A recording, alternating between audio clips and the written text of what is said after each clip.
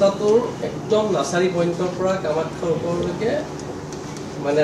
মানুহৰ সমাগমটো কণ্ট্ৰল কৰাৰ কাৰণে দুটা তিনিটা বেৰিকেড লাইন আপ কৰি দিয়ে আৰু মাজে মাজে যদি কণ্ট্ৰল কৰে তেতিয়া ভাঙি পৰে।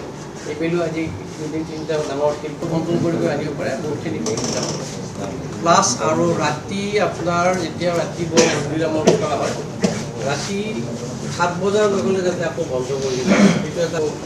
ৰাস্তাই হৈছে ডাঙৰ ডাঙৰ ফিল কৰিছে। দুটা ৰাস্তা যদি কৰ্তৃপক্ষত কি ধৰণৰ ব্যৱস্থা ল'ব পাৰে কিন্তু ৰাস্তাটোৰ একদম নাচাৰী পইণ্টৰ পৰা কামাখ্যাৰ ওপৰলৈকে মানে মানুহৰ সমাগমটো কণ্ট্ৰল কৰাৰ কাৰণে দুটা তিনিটা বেৰিকেড লাইন আপ কৰি দিয়ে আৰু মাজে মাজে যদি কণ্ট্ৰল কৰে তেতিয়া ভাঙি পৰে। এইবেলিও আজি দুদিন তিনিটা ডাঙৰ শিল্প কণ্ট্ৰল কৰিব আনিব পাৰে বহুতখিনি প্লাছ আৰু ৰাতি আপোনাৰ যেতিয়া ৰাতিপুৱা মন্দিৰামৰ কৰা হয় ৰাতি 7 বজাৰ লগে লগে যাতে আকৌ বন্ধ কৰি দিব সেইটো এটা অহা 22 জুন তাৰিখে দুপৰীয়া 2:56 যোৱাত প্ৰবৃত্তি হ'ব আৰু 25 তাৰিখে শেষ ৰাতি অৰ্থাৎ 3 বজাত নিবৃত্তি হ'ব আৰু 26 তাৰিখে আমি ৰাতিপুৱাই সকলোখিনি ৰীতি নিয়ম পালন কৰি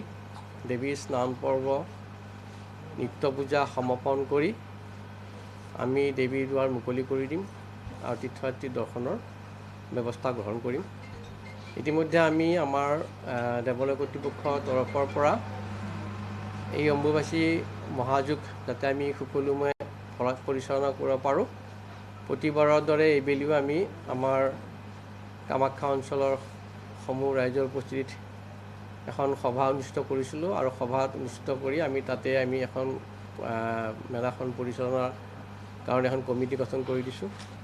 আমাৰ সকলো বিভাগ আমাৰ টুৰিজিমৰ বিভাগৰ লগতে 24টা বিভাগৰ লগত আমি আগন্তুক দিনত যাতে অতিথিসকলক যাতে সেৱা কৰিব পাৰোঁ তাৰ কাৰণে আমি অসম চৰকাৰে ইতিমধ্যে আজি প্ৰস্তুতি সভাৰ আমি আয়োজন কৰিছোঁ আৰু এই প্ৰস্তুতি সভাৰ পিছত আমি 9 তাৰিখলৈ আমাৰ প্ৰতিটো বিভাগে কামাখ্যা মন্দিৰত গৈ PWD বিভাগে হওক বা পানী যোগানেই হওক বা স্বচ্ছতাই হওক বা অনাময়ে হওক যাৰ যিমান বিভাগ আছে বা PWD ৰোডছে হওক সকলো বিভাগে তেওঁলোকে 9 তাৰিখৰ আগে প্ৰাৰম্ভিক তেওঁলোকে ছাৰ্ভে কৰিব আৰু 9 তাৰিখে আমি পুনৰ কামাখ্যা মন্দিৰৰ যি দেৱালয় তাতে আমি পুনৰ সভা পাতি সেইদিনাখনৰ পৰা আমি কাম কাজ আৰম্ভ কৰিম আৰু এইবাৰ আমি আশা ৰাখিছোঁ যিহেতু এইটো এটা আধ্যাত্মিক অনুষ্ঠান এই আধ্যাত্মিক অনুষ্ঠানটো যাতে আধ্যাত্মিকতাৰে যাতে পাৰ হয় তাৰ কাৰণে সকলো ভক্তবৃন্দকে আমি আহ্বান জনাইছোঁ আৰু বাকী চৰকাৰীভাৱে নিশ্চিত ওপৰত মই ভাবোঁ যে যোৱাবাৰ যি আমি সফলতা লাভ কৰিছোঁ এইবাৰো যাতে আমাৰ কোনো ধৰণৰ হেৰি নাথাকে ব্যতিক্ৰম নাথাকে কাৰণ আমাৰ বিভাগে